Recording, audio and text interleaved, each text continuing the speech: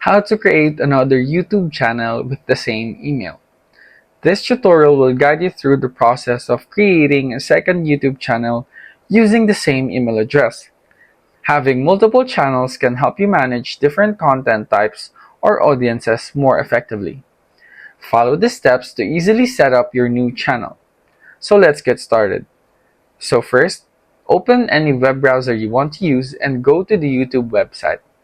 Make sure that your account is logged in. As you can see, mine is already on the website and logged in. If your account is logged in, click your profile at the top right of the website screen, beside the notification icon.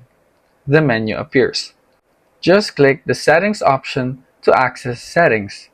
While we are in the Settings tab, click the Add or Manage Your Channels button in your Channels section. Now that we are in the All Channels tab, click the Create a Channel button to add another channel with the same email. There are credentials you need to do, so do those credentials to verify so that you can create another channel on YouTube with the same email.